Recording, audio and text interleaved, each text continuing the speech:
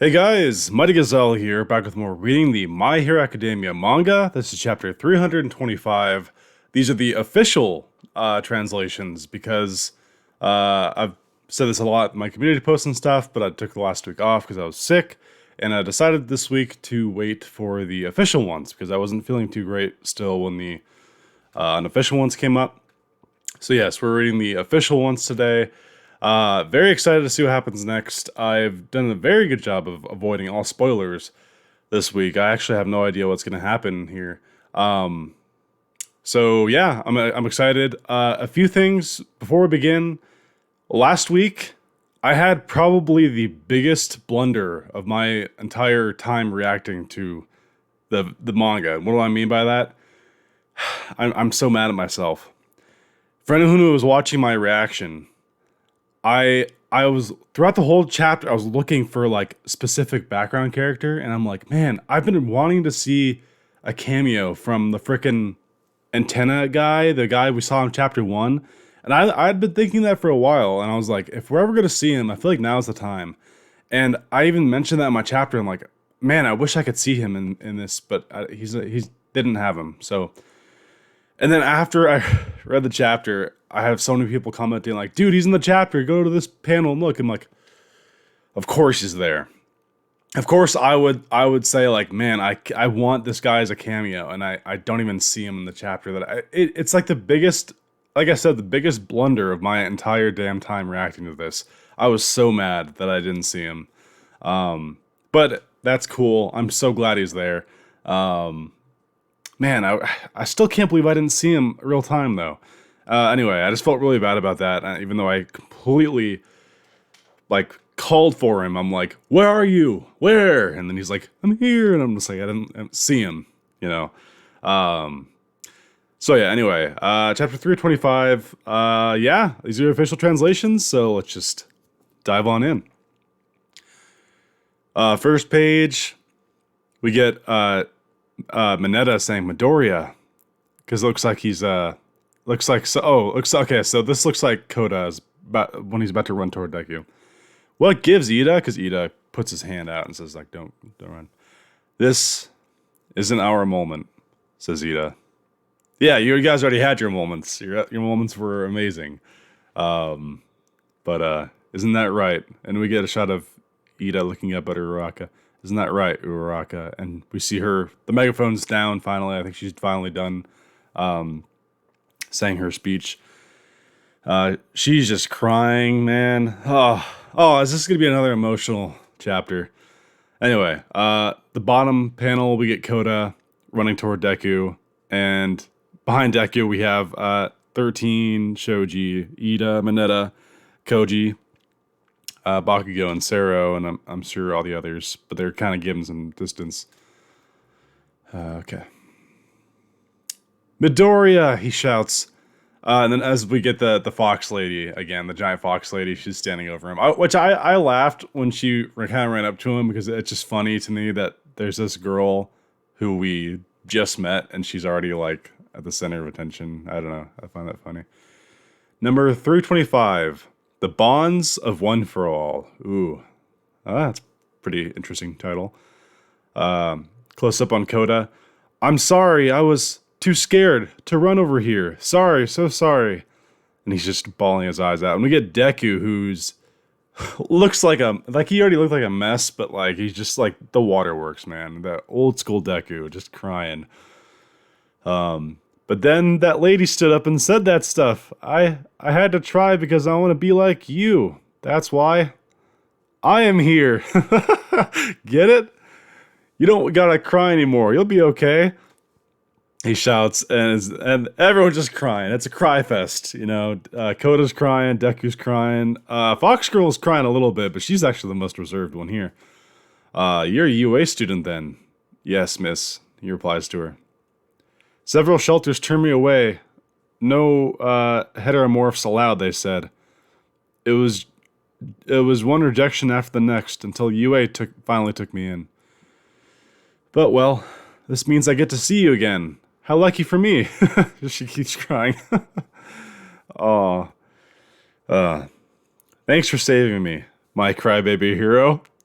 She called she called a crybaby hero. That's cute. Crybaby hero. No one's ever said that before, right? No one's actually ever called him that. I mean, the fandom calling him crybaby all the time. And then next shot, we get a shot of her crouching down and hugging him, and Koda trying to hug him. And dude, she is cue the Aku meme, like extra thick. Like Horikoshi was not messing around when they made this fox lady. Anyway, we get a shot of like just the civilians. They're kind of like all looking on. Hey, he's here. Fuck. Okay, he's actually gonna get a moment here, isn't he? Fuck. I'm more mad that I missed him in the last chapter. Oh, that's gonna be like throughout the whole time this manga runs on. That's gonna be the most annoyed I am with myself that I forgot him. I didn't see him, even though I specifically asked for, like, where is he? Oh, great. Okay. Anyway, the chapter 1 guy, the antenna guy, he's about to say something. Instead of freaking out and laying blame every which way, why don't we take a moment and hear these folks out? He hands his umbrella to that All Might shirt guy, that one who's been pissing me off. Oh my god, yeah, he's straight up giving a speech. The guy from chapter 1 is giving a speech. I'm so mad at myself.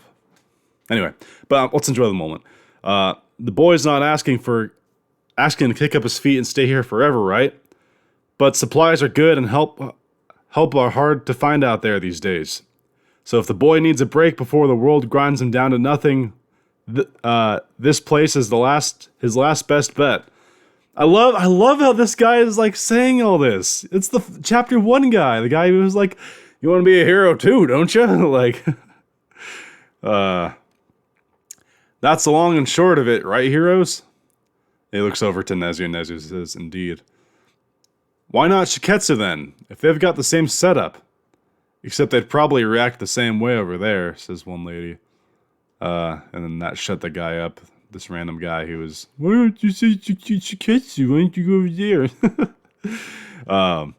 So that guy, he shuts him up. And then the chapter 1 guy, we don't really have a name for him. He's wearing a star on his shirt. I'm going to call the OG. Should I call him the OG? To be frank, until our world went to hell, I never really realized it myself.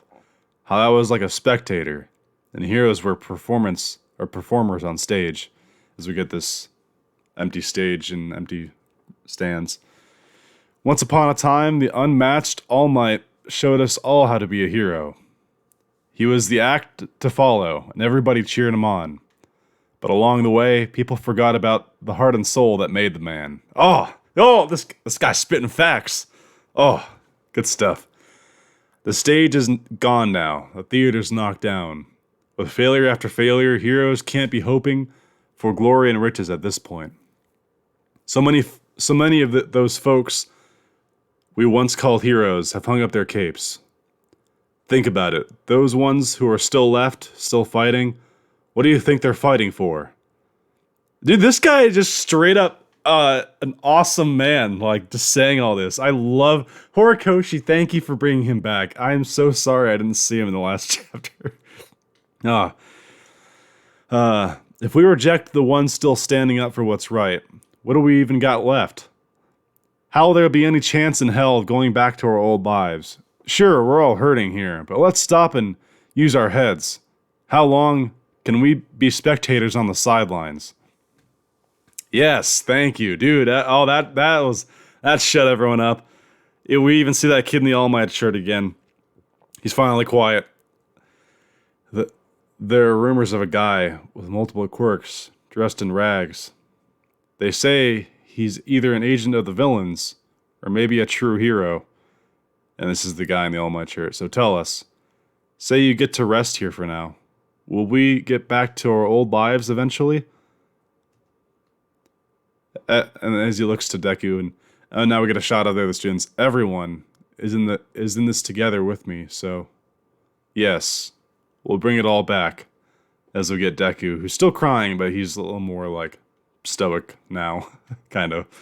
I like the shot above him though.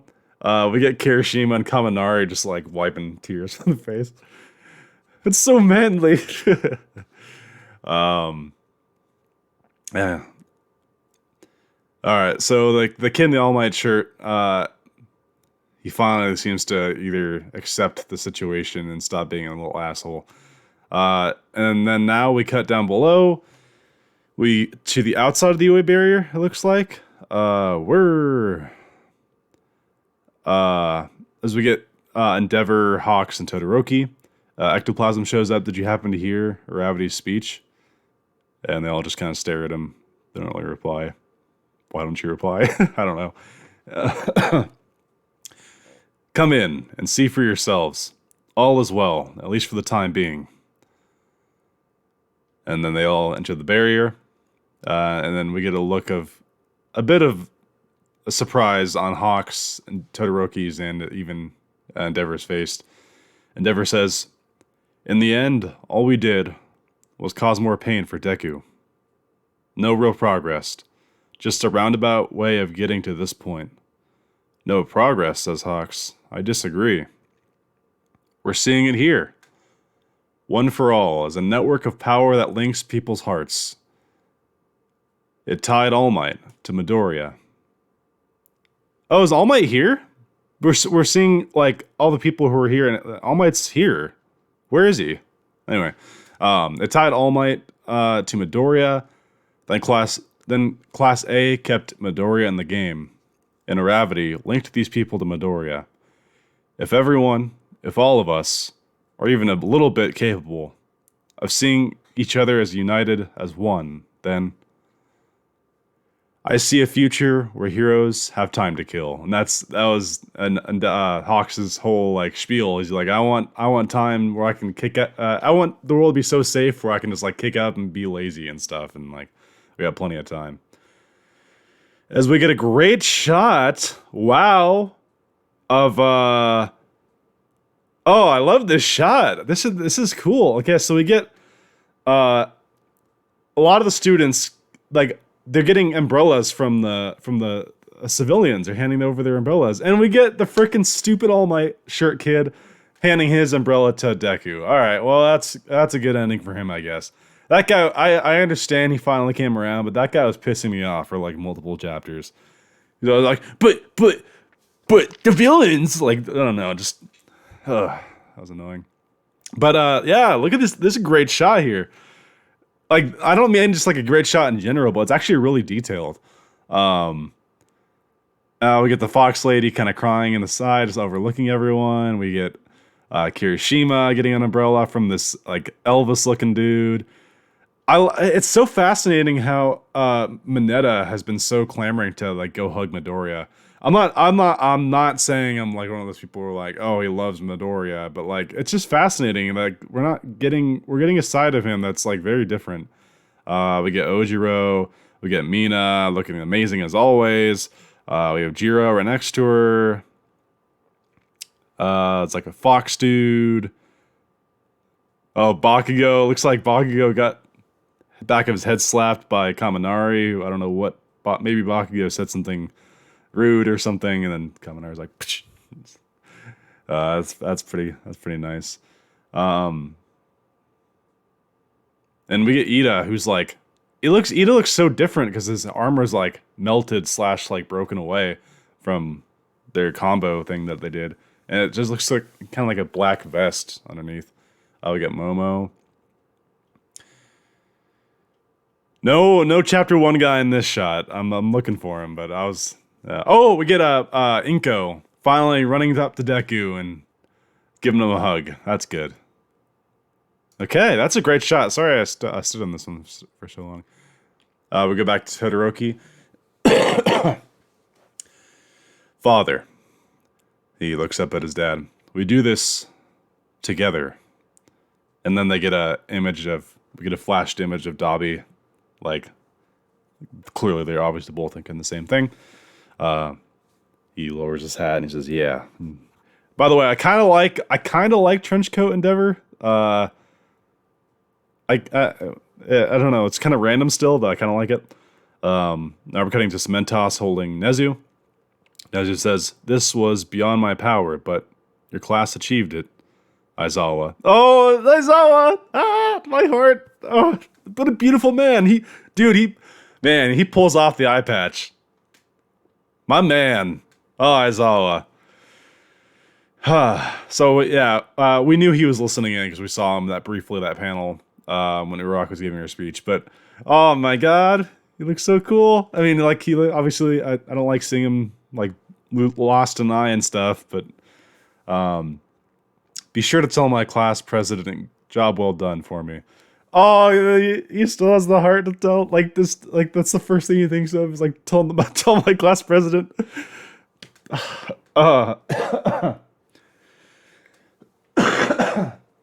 Man, that's warms my heart. Okay, how's the leg faring? I won't be the next Mirko, I can tell you that. As we get a shot of his prosthetic leg, wow. I won't be the next Mirko. I assume that's because she's bounced back well from her injury. That's a crazy looking prosthetic leg, though. I'm kind of hopeful he can get it back, though. Maybe like Eri can help him out or something. I think I was always hurt enough, but maybe he's just like the tragic character, you know, who just like continuously gets the shit beat out of him. And as he says in Kurogiri, I try to speak to him every day, but no progress on that front. Is he there? Oh no, okay, so they're cutting to like a different hospital. Maybe that's where he is. Yeah, okay. The breakthrough you and Mike had was the inspiration to ship some Nomu Kurogiri included, to Central Hospital in secret and begin restorative research. Oh yeah, they actually, that guy's unzipping a bag and there's actually a Nomu in there. I'd be careful about that shit. Like that gets reactivated, dude. Oh, that's dangerous. The copy of his quirk was pulverized by Mirko. But if you hadn't reached through to Shirakumo's spirit that day, no place on this planet would be an impenetrable stronghold any longer. Yeah. I mean, that's true. Imagine if they had him. Like, you can't hide anywhere. It may be faint and as elusive as a cloud, but there remains a wisp of hope for us. Dude, okay, so I guess they're very hopeful they can bring back Shirakumo. I guess I should have expected that. Like, it's just really interesting how what a weird plot line that's going to be. Still keeping up the strategy against Toga, says Aizawa. Yes. We have inferred the limitations of our quirk in terms of quantity and of blood ingested and transfer mutation duration. Transformation duration.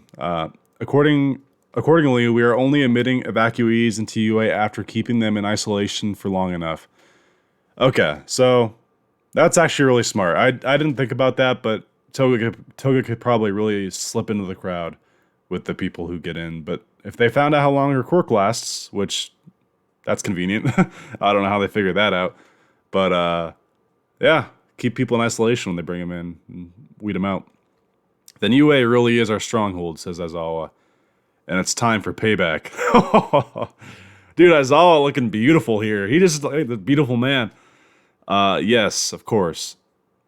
Whoa. Uh-oh. The last shot we get of the chapter is outside the UA barrier. And it's All Might walking away. And he's got like a weird look on his face.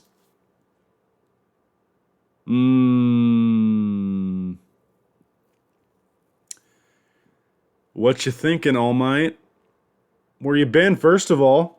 Were you just staying to listen to the speech and then you're walking away? Oh my god, did he talk to Stain?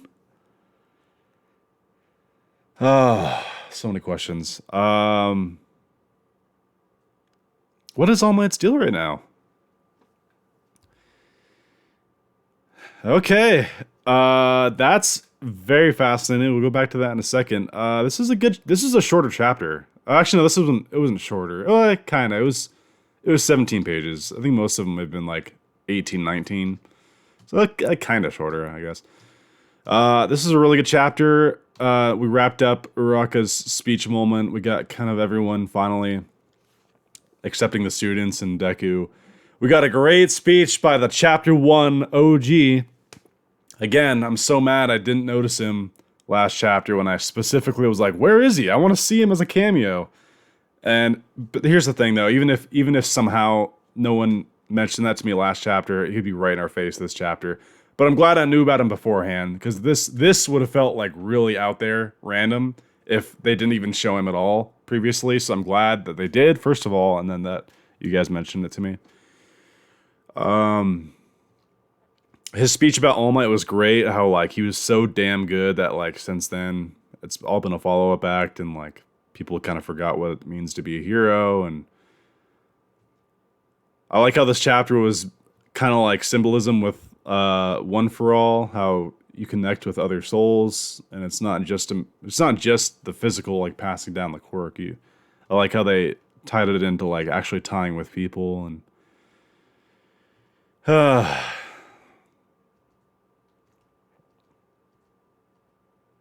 I love this shot of all them handing out umbrellas. I just love the detail of this shot. I don't know why. It's just so cool. Anyway, this was a really good chapter. I'm actually it was pretty cool reading the official translations too. That was no doubt in my mind, like of what could be an error or what could not be. It's all official. So,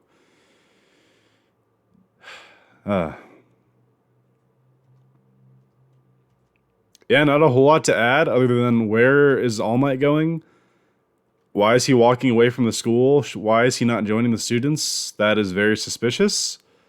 I can only assume that Stain him finally did talk. I don't know. Maybe All Might isn't so at ease with the barrier and stuff. Maybe he knows something we don't. I don't know. Not in the best mindset to hypothesize right now. But yeah. Very good chapter. Very, very awesome chapter. A lot of great visuals. OG chapter 1 guy spitting facts out here. Love it. Got that All Might shirt guy to shut up. Yeah, it was just a really good chapter. So hope you guys enjoyed. Sorry if I sounded sick throughout this. I'm still battling my cold. And I definitely sound better than I feel. But, you know, it is what it is. I'm feeling a lot better than I did before. So, yeah, hope you guys enjoyed. And until next time, this has been Mighty Gazelle. Hoping you all have a mighty day. See you guys.